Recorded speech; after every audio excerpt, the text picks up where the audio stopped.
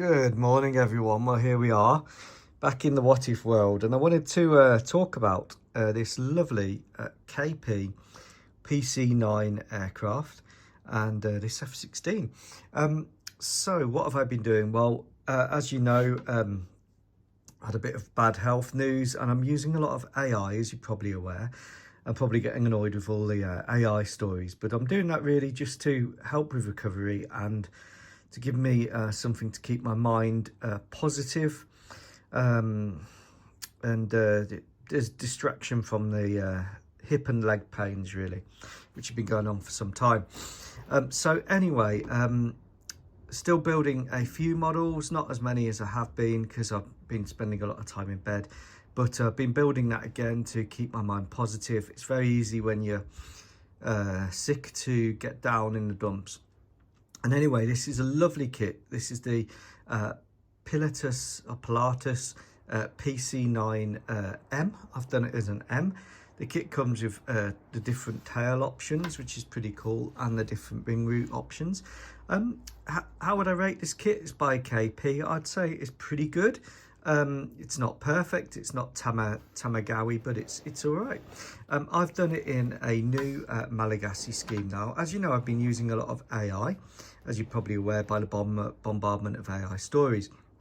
And AI is like having a resident bad lieutenant in the house. So a while ago, I created some ideas for like S3 Viking gunships, for OV-1D gunships. And AI has really helped me formulate some of my strategies in the WHATIF, formulate some of the deployments, and really look at cost-effective alternatives. So here we have a Reserve Air Force F-16I. The Gripens are now being replaced by the KF-21s. The fleet is being streamlined. The Mirage 2000s have gone. The Rafales, they're on their way out as the X-32 procurement is coming along nicely. Viking tankers are taking up their position on the aircraft carriers. Lots going on. But really going back to those gunships, there weren't really suitable solutions. So what AI's helped me to focus on, and KP by bringing out this kit, is the PC-9 as my forward-based counter-insurgency aircraft based in Mozambique, but flown on rotation by Malagasy pilots. I've checked out, and it's good because you can check out all the stores loadings, whether it complies with maximum takeoff weights. So here we have a Lightning Pod centerline, 2 GBU 39s and 2 Brimstones. We've got missile alert warning system and chaff and flare dispensers added. It's a 2-seat aircraft, and this has a lot of loiter time for close air support and counterinsurgency. Now, you don't take these down to low level. In those roles, you keep them up at a higher altitude. It's also allowed me to see that this is more cost effective than using my Hawk 100 fleet for that purpose. And I have modified this aircraft because I couldn't resist. I've added the spinner and prop from a Piaggio P180, which interestingly has the same engine as the PC-9 series. So this is a PC-9 M2. It doesn't have the full horsepower and new engine of the PC-21, but the 5-blade prop and a revised PT-68 engine, a 66 engine, gives it more power. So I've increased performance and lots of other stuff instantly by adding that 5-blade propeller. So again, these are kind of marginal improvements, and they will be on rotation.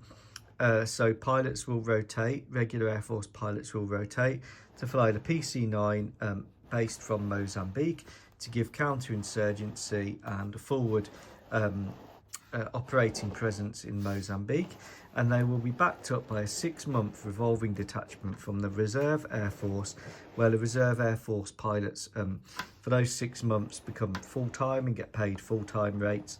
Many of them are ex-Air Force anyway, and are civilian pilots, and they fly a small detachment of F-16Is supported by a joint Malagasy Tanzanian and Mozambican S3 Viking tanker fleet, which also stacks up really well in the AI as a low-cost alternative, recycling and repurposing those airframes, keeps the main core fleet free, builds up operation experience for the reserve Air Force, and it means that the CAS dedicated PC-9s, they can fly long orbits, spot insurgents, protect Mozambican troops and Malawian troops on the borders, and then should heavier firepower than the already pretty good firepower they've got be required, the F-16s can then fly in support.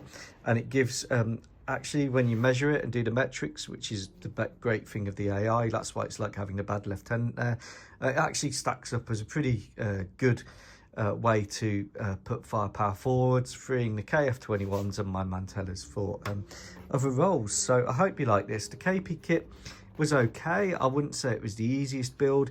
The areas to watch on the kit are around here on the fuselage join, and there sadly I've messed up the paint when the lightning pod fell off, so I need to just repaint that.